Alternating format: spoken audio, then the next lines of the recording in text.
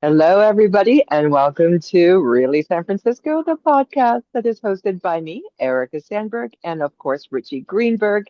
And we are here to deliver the news, but also just sort of our opinion about what's going on in San Francisco. And in today's episode, California at large. Hey, Richie. Hey, how's it going, Erica? A wonderful day. It's May, the first few days of May, and you can tell that we're getting towards the summer because it's really cold. It's Oh, really sitting cold. in my Yes, back garden. you're cold and wearing jackets. It must have like misted rain last night or this morning. It's in the 50s, and so we know we're heading towards summer because we have to put all our jackets on. And I thank everybody for listening on the podcast and joining us today. I'm in Studio B here in San Francisco, Richmond District, and Erica is in more of the middle part of the city. And what is our topic today, Erica? Today we're talking about what happened last night, about last night. Oh. It's not just a movie, it's reality. And Steve Hilton, who is running for the governor of California, and he had a town hall last night in Golden Gate Park. Richie and I went. We went together. Actually, We no, were we there. didn't go together. We met. We met, but And it's as if we went together. absolutely. And by the Yeah. way, before I forget, I want to say thank you to everybody who came up last night and thanked us for the show and said, "Where's the next podcast? What's going on?" But just really nice to hear from people who Yeah. are enthusiastic about what we're doing, and we totally value you. Thank you, thank you, thank you. Yes, I was also very, very pleased, and this happens almost every time you and I are out, Erica, at some event around the city. We run into people, people come up to us and they say, Erica, Richie, love the podcast. So yeah, if this is new to you, we are available on not iTunes, Apple Podcasts, on Spotify. We're now loading episodes onto YouTube, iHeartRadio. And you'll see some of these platforms are video. You'll see our video recording of this. Otherwise, it's audio. One of the women that came up to us yesterday talked about listening to us in her car. So that's great. You know, we are now on, this is episode 15 of the year so far. So it's approximately one episode released per week. We'd like to keep that going and increase it as well. So, okay, back to the topic, Erica. That's the Steve topic, Steve Hilton. Hilton. Yes, so Richie, you are ready to talk about who Steve Hilton is, and Mhm. go for it. Yeah, so Steve Hilton is right now polling in first place in the governor's race. We have a a primary coming up in about 1 month, the first week of June. Although there's early voting starting this week, starting tomorrow, so you can even vote for any of the candidates now and any of the other races that are being decided by a primary. Primary means that it is a election that will decide the top two candidates that will then go head to head in the fall in November. So the governor's race is very, very large. There's many candidates. You have two Republicans, and there are several Democrats that are all vying. And Steve Hilton, just to go quickly look at his bio, I pulled up some info. Steve Hilton is a British American conservative commentator, an author, and former political strategist. When he was over in England, he worked for the Prime Minister David Cameron between 2010 and 2012. When he came to America, he was a host of a show called on Fox News called The Next Revolution for a few years. And interestingly, he was born to Hungarian refugees parents that were in the UK, and they all moved to California in 2012. He co-founded a fundraising platform called CrowdPack, and now he's running for governor. So yeah, he was born in 1969, so we can do the math and figure out how old he is. Actually, his parents fled communism, so they know about communism and about this extreme left-wing communism, socialism. Went to Oxford University, studied philosophy, politics, economics, and a few other things. So he's also an author. So yeah, he's been involved in politics. He's educated. He's fairly articulate. I'd say that, and he's been in the public eye in one way, shape, or form for over a decade. So he knows California. He's been here since 2012, so that puts him here almost 14 years, right? And yeah, so what do you think? What was this like? Mhm. Well, what was it like when we were there at a town hall? Now, town hall is not a debate because a town hall is one candidate who is now making the case for voters for people to vote for him. So you don't have other candidates. You don't have going back and forth. There's no moderator. It's a road show. He and his team run the show. Yeah, definitely. Well, first of all, it was crowded. It was held in Golden Gate Park at the, what is that called? The Hall of Flowers or something. Yes, yes. It's like a Uh, little, it's a small event area that is a building probably built from the mhm. 1950s, Yeah. 1960s. And it was And full. and it was It was full, full. yeah. How many people Hundreds, would you say? hundreds. Yeah, many. And very diverse crowd, I Yeah, thought. It yeah. was, I looked around me many times throughout the night, and it's certainly young, old, every demographic seemed to be represented. There was a guy with a mohawk there who was A he big mohawk, was huge huge. mohawk. It was like 2, 3 feet in the air. Yeah, There they was still a exist.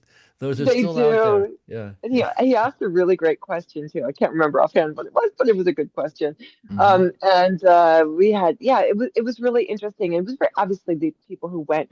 I would say most of them went because they like Steve Hilton. They want him to win, Yeah, but others were there out of more curiosity. The couple who was sitting next to me, it seemed right. that they just wanted to hear him talk. They Right. wanted And to know more who about is him. this guy? Right. Hmm. And Hmm. you're right, because a lot of people they base their vote on a connection to the candidate by meeting them in person, right? Yes. So, I know that this is one of the obvious strategies is other than doing debates in big candidate forums, sometimes these candidates try and do a more intimate setting, like a house party, right? Someone will invite them to come to the house and they'll bring 10, 20, 25 people into their home, depending on how much space they have.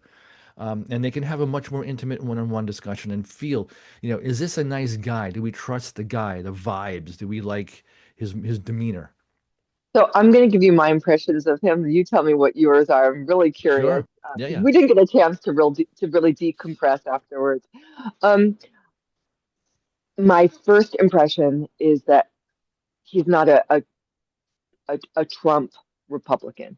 I Correct. felt he was kind of a classic conservative in many ways. He spoke about small government, very as small as possible, right? Which Mm-hmm. is a classic conservative Mm-hmm. perspective. He it was just very calm. Like I didn't get the sort of this outlandish, um, uh, Bombastic.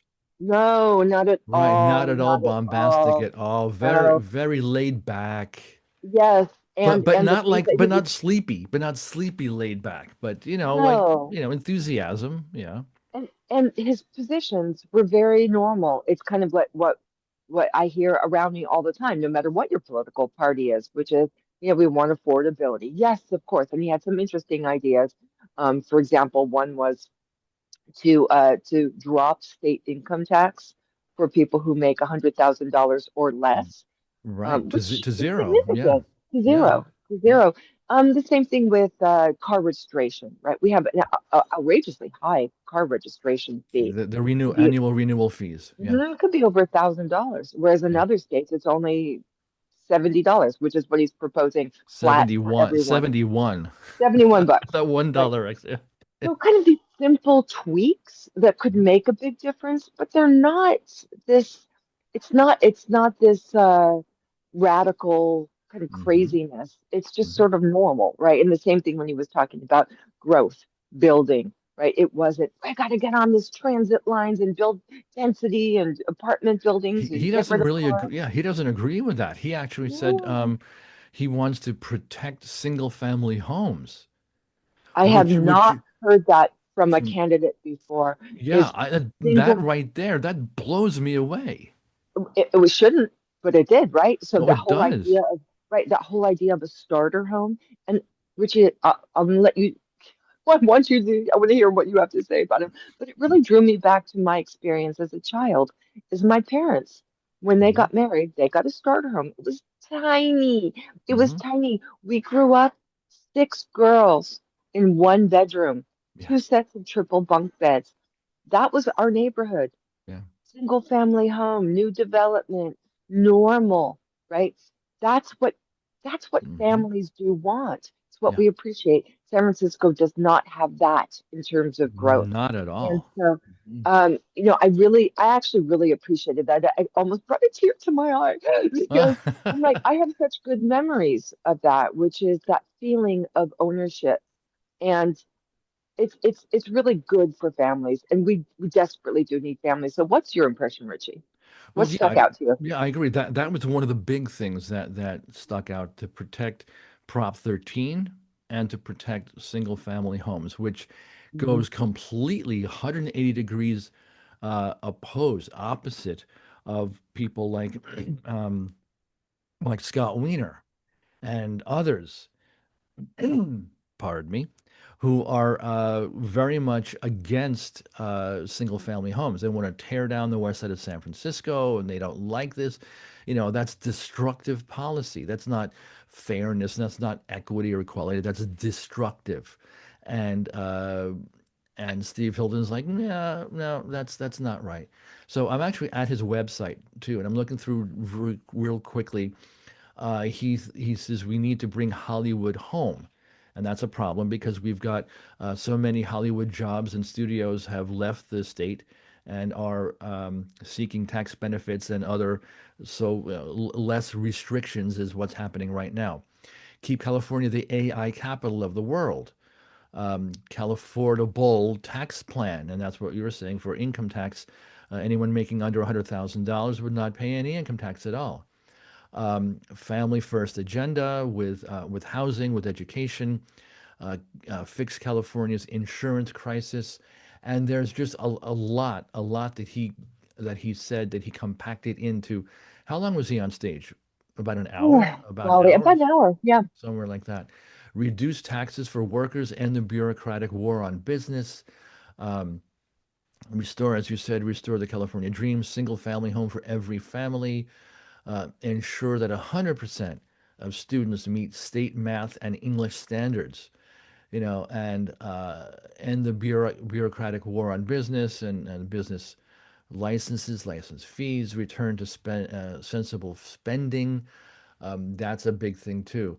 So basically, what he was trying to say is everything that Gavin Newsom has done, current Governor Newsom has done, that has ruined California, he wants to undo and in a positive way, you know. I felt that he was articulate. I felt that some people are drawn to his British accent. It's not really that heavy British accent anymore. Um, but you know, he's all around a nice guy. He's not bombastic. He's not threatening. He's not over the top. Um, you know, like a radical. He not at all. And it's important for listeners to understand that Erica, you and I, you know, we can tell when someone is being honest or not. We can tell when someone is BSing and gaslighting, and Mr. Hilton is seems to me like what he's saying, how he's promoting it, is honest and straightforward. There's no agenda there. I would say sincere, Yeah, yeah, right? There right. was a sincerity about, and it was interesting because they were rolling out this idea about golden California, that California is not red and it's not blue, it's gold. Right. And Golden State. Yeah. it is. And I think it really illustrates something that you and I were talking about before we started this podcast today, which is Republican and Democrat, these parties, they're not as staunch as they used to be. There's so much variety with Hmm. it. And Yep. don't see Steve Hilton as a traditional Republican in some ways. It's he wears it like a necklace for this campaign, but he just seems like a regular old conservative Hmm. to me, which could Yep. go in many different directions. You've Yep. got conservative Democrats. So I Hmm. mean, really, it's this is what he is. Now, I think we would be remiss if we did not talk about his running mate, Lieutenant Governor, who's running for Lieutenant Governor, who's Gloria Romero, my Be, old be, your friend, uh, before we go into that, oh, can sure. we ask just one thing? And we'll put a pin in that just for a second. You got it. You got to ask from the audience. You got to ask Steve Hilton a question Mhm. on the microphone with Q&A, and I did also. What did you ask, and what was his response? My question centered on the urban issues that we face, especially here in San Francisco, but LA and Sacramento. It's about the drug trade and the overdose crisis. So I combine them together. Hmm. Didn't mention homelessness because to me that's secondary to this. Um, what are you gonna do? What's your plan? Yeah, yeah. And his answer was border, right? We need to plug the holes in the border because that's where a Hmm. lot of these substances are coming through. We have to get very tough on with law enforcement that people who are Support law enforcement. support Yeah. law enforcement to make sure that people who are doing these bad things are dissuaded Hmm. legally from Hmm. doing them and to really enforcing the laws that we have on the books. Super normal. That's something that almost everybody wants. Very few Yeah. people actually don't want that. Right. Regarding the overdose crisis, he did mention the importance of needing more recovery, more treatment, but really that it's a law enforcement and making sure Right. that And as, he as said you can't do drugs on the street. that's true. You can't be a That is, drug addict and live out on the street. yeah. Again, that's Hmm. what most people want. That Right. is, well, I don't care where you go in California. That's what most people want. You're Hmm. going to find very, very, very few people who say, "Oh, it's okay." That's Yeah. the radical. That's the element is there, but they're a minority. Yeah. And Yeah. you, what was your question? So my question was a little bit more rhetorical, Mhm. so I said to him that we know that Attorney General Rob Bonta has made it a point and part of his platform to do everything he can to oppose the Trump administration. And him and his office have filed dozens and dozens of lawsuits, taking up a lot of important time and work, what they should be doing in Sacramento, against Trump instead, and blaming Trump for everything. And I said, so if Bonta wins, and if you, Mr. Hilton, win as governor, that may set up a adversarial type of governance situation for California because you've got Steve Hilton wants to now make changes and potentially investigate for fraud and indictments and prosecutions, and we know that that is something that Newsom, current Newsom and Bonta just don't seem to want to do. They don't want to they don't want to go after responsible parties here in the state. So what are you going to do? Right? How are you going to handle that? And that's like I said, it's a more rhetorical thing. But first of all, his answer was, well, we have to get a different attorney general elected, and he mentioned I apologize, I don't remember the name of who it is he recommended instead of Bonta. But at this point, I see that Bonta is actually leading in the polls by quite a bit, and he probably will be reelected.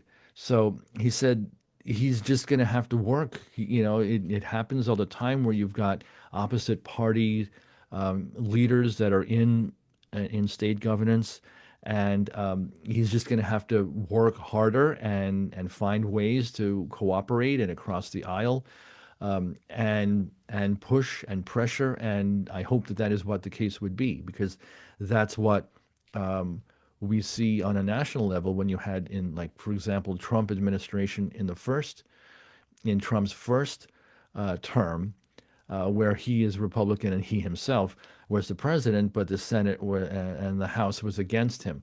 So you have this constant fighting back and forth.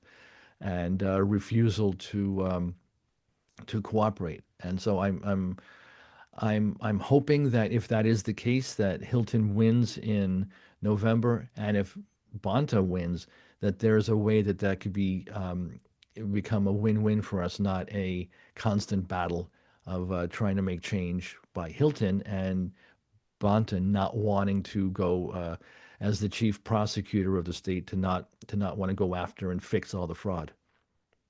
I mean, it's going to be that'll be tough. That's going to be up to him. Yeah, But at this stage, we don't need to know who's going to win.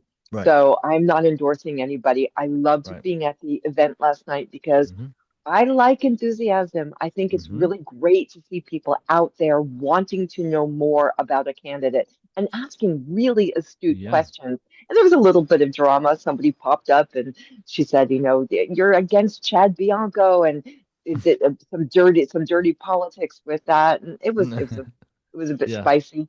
yeah, But that happens. But I'm it does. grateful for it because you don't I don't think it's a good idea to go and, just swallow everything somebody is trying to feed you. Mm-hmm, Ask the questions. Me, I walked away with a very good impression. mm-hmm, I didn't see anything egregious. I didn't agree with everything. Absolutely not. When he was talking about somebody asked about uh reproductive rights. mm-hmm, mm-hmm, Okay, as governor, that's not something that he has control over. However, he did say he's pro-life. I'm mm-hmm. pro-life too, but I'm also pro-choice because pro-choice, okay, it gets Right. complicated. The point is, Flex. Yeah, the yeah, point is, yeah. he's he doesn't hold the same position that I do on that. Mm-hmm, And what does that have to do with anything? You are not going to find somebody who believes everything that you do because the only person who does is yourself. So, mm-hmm. so Right. eventually you're gonna have to bend and go, okay, well, I'm gonna plug my nose on this and I'm gonna vote for that. But Mm-hmm, it was really interesting. Loved the questions, loved the enthusiasm, but also mm-hmm. loved skepticism too. It was Yep, a really good show. yep. Okay, now you let's go to who else was there on stage that if you want to say opened Sure. for him and who was this person? Gloria Romero, my Mhm. women's studies professor from San Diego State University back in the day. Who knew? Who knew that she was going to end up running for lieutenant governor of California? Um, she was powerful then, she's powerful now. She was lovely Mhm, then, she's lovely now. She's um, she was a Democrat for a very, very, very long time. I think all of her life, up until very recently when she crossed that line. mhm, And she's got her reasons for it. I can tell you, I know her just historically. Thought she was quite brilliant, great, great speaker, has great ideas. So I really like Gloria, and she's got an amazing daughter who's working for HUD too. So mhm, yeah, she's well connected, smart. mhm. And she was a very well articulate speaker as well. She was Hmm. more of like the show person and rallying the crowd. Hmm. Yep. Yeah, definitely, definitely. So it's an interesting duo. They worked very well together. Hmm, When you look at it, these hmm. these Yeah, two yeah. were they had really great what's it called? Not symmetry. What's Not that word? Yeah, chemistry. chemistry. But Yep. they were good foils for each Right. other. And they riffed Um, off each other. Yeah. they Yeah. did. They did. So it Yeah. was a good show. It was a good show. What impression did you have of Yeah, no, Gloria? I agree also. She carries herself well and articulates her positions and works well as a support for Steve Hilton. Kept saying it's the like a dream team ticket for governor and lieutenant governor. I don't know. Do you have to vote? I should know this. Can you vote for one person for governor and a different person for I lieutenant think so. governor? Boy, I think a ticket. But I I could be wrong. yeah. Let's figure that out. Okay, Yeah, I we're can't going to believe I don't pretend know that that. question didn't. I can't believe I don't Okay, know that.